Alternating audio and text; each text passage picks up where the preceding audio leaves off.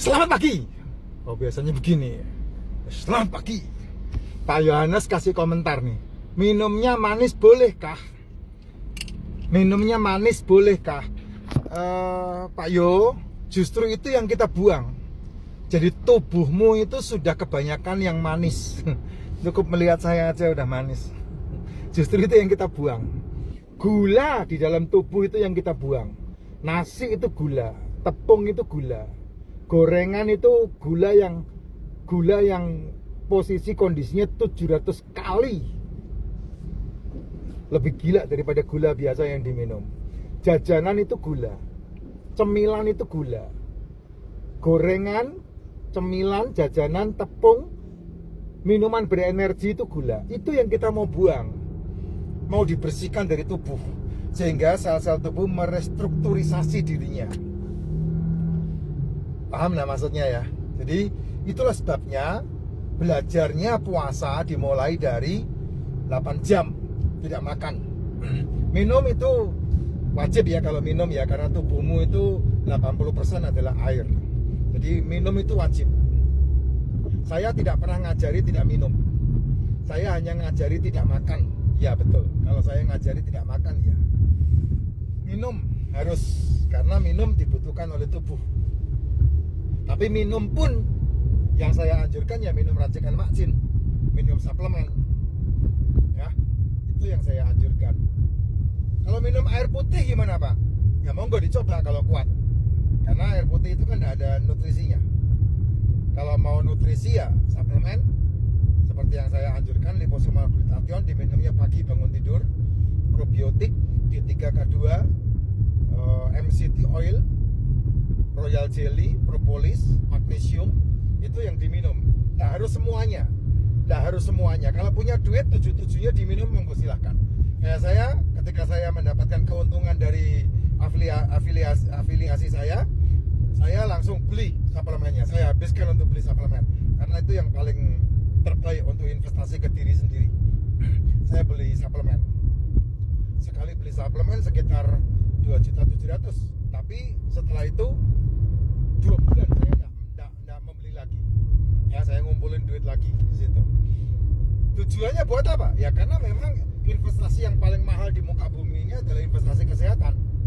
Dan kalau kamu bisa investasi untuk kesehatan kamu akan lebih untung dibandingkan dengan kamu investasi dengan makananmu. Karena tubuh itu sejatinya nggak butuh makan, tapi butuh minum. Nah makanya dari itu makanan untuk tubuh itu adalah nutrisi. Tubuhmu hanya butuh 2 nutrisi, bukan jajanan, bukan cemilan, bukan cepuluh. Kalau ada dinikmati boleh, dicicipin boleh, tapi bukan untuk tujuan utama. Harus beli. Nah, kalau bisa nggak beli, kenapa harus beli? Ya, saya waktu Imlek ngicipin punya orang, saya nggak beli. Kenapa? Karena tubuhmu itu hanya butuh 2 nutrisi.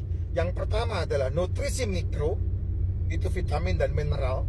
Yang kedua adalah nutrisi makro, itu adalah asam amino dan asam lemak plus karbohidrat. Itu makronutrisi.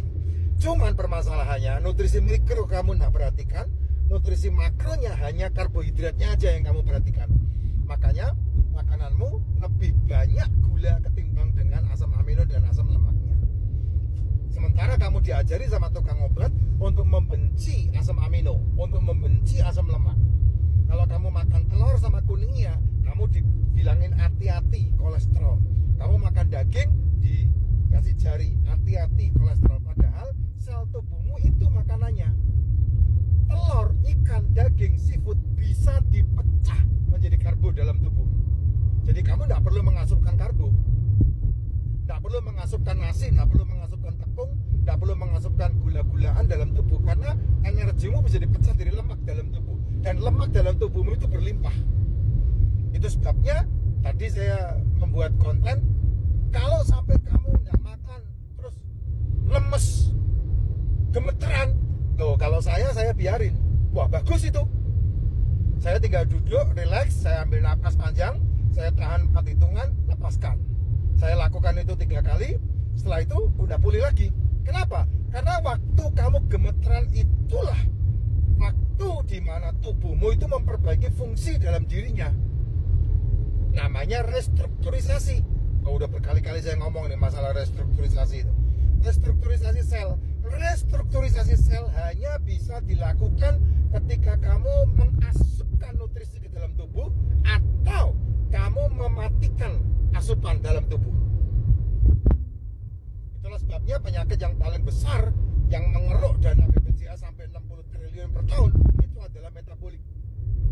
Diabetes, kanker, tumor, miom, cuci darah, ginjal, ya, itu penyakit-penyakit metabolik yang menyedot 60 triliun dana BPJS kita. Dan itu kalau ditarik mundur, masalahnya, problemanya, sebabnya ya karena kamu tidak memperhatikan siklus tubuhmu. Kamu hanya mengandalkan, oh ini enak, oh ini jos gitu. Tapi kamu tidak tahu yang kamu makan itu sampah. Dari mana munculnya? Sarapan. Sedangkan tubuhmu tidak butuh sarapan. Makan tengah malam. Sedangkan tubuhmu tidak butuh makan malam. Kamu hanya butuh makanan yang kamu makan untuk menjadi obat di tubuhmu, bukan obat yang menjadi makananmu. Karena kalau kamu sudah memasukkan obat menjadi makananmu, maka satu obat akan berubah jadi dua obat akan berubah jadi tiga obat akan berubah menjadi 6 obat, dan ujung-ujungnya kamu akan makan puluhan obat. Saya udah makan 19 obat yang kayak snoker. Pertama dikasih obat lambung yang namanya prasol, akhirnya dikasih obat yang berhubungan dengan statin, ya, simvastatin itu, yang ujung-ujungnya pasti akan kena ke masalah yang namanya komplikasi. Nah itu dia tuh. Oh seru banget kalau kamu mempelajari itu, Jess.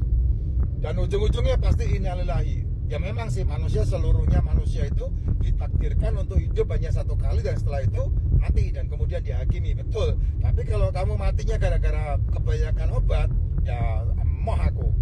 Dan saya udah memberhentikan itu 2022 yang lalu bulan April, dan saya stop sampai sisa OBAT-nya masih saya simpan tuh. Ada berapa biji itu? Kalau tidak salah 19 biji lebih. Ada yang harus dipegang, dibawa terus. Kalau ada sesuatu nanti taruh di bawah lidah. So passing sempat taruh bawah lidah. Sampai sekarang loh tidak pernah saya pakai itu OBAT-nya. Ya, sudah Jess. Ya, dan saya sekarang ini kalau kamu mau lihat, saya lebih sehat ketimbang mereka-mereka yang punya penyakit sama kayak saya. Ya, siapa ya di sini yang udah pasang ring jantung? Saya udah pasang ring jantung. Ayo, kamu bisa apa? Bisanya ngeluh doang, terus cerita tentang wah begitu. Saya udah bebas obat, Jess. Ayo, siapa yang punya jantung bengkak? Bukan hanya jantungnya yang bengkak, kakinya juga bengkak. Saya berdiri, saya itu muda, saya berdiri pakai satu kaki kuat sekali. Kuda-kuda saya kuat sekali. Tapi begitu saya punya masalah itu, saya tidak bisa berdiri dengan satu kaki. Tapi sekarang saya udah bisa berdiri dengan satu kaki. Kemarin tidak bisa. Begitu berdiri dengan satu kaki, limbung saya. Sekarang udah bisa berdiri dengan satu kaki, boleh kuat-kuatan sama saya. Ayo, siapa yang punya masalah bocor 30%, jantung saya bocor 30%, darahnya dipompa oleh jantung balik 30%, semuanya ada datanya. Saya punya ronsennya, saya punya USG-nya, saya punya analisa dokternya, saya punya semua. Nah, tapi kamu lihat hari ini saya sudah stop yang namanya OBAT. Dari mana saya melakukan itu? Belajar untuk tidak makan. Kalau dulu nggak makan, itu yang membuat orang mampus. Ya, kalau sekarang nggak makan, justru kamu sehat. Kenapa? Karena zaman dulu orang nggak makan karena busung lapar, karena nggak ada gizi. Makanya dia susah, makanya dia wassalam. Tapi kalau hari ini, mau tidak mau kamu harus nggak makan untuk bisa sehat. Kenapa? Berlimpah makanan itu. Berlimpah.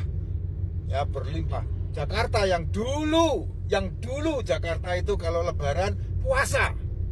Ya, Jakarta sepi kalau lebaran. Sekarang kamu lihat 2 hari ini, tanggal 31, tanggal 1 kemarin, tanggal 31 Maret 2025 sama 1 April 2025. Jakarta macet. Dan Kementerian Perhubungan menyatakan tahun yang lalu orang yang pulang mudik 240 sekian juta orang. Tahun ini yang mudik cuma 148 sekian juta orang. Katanya ini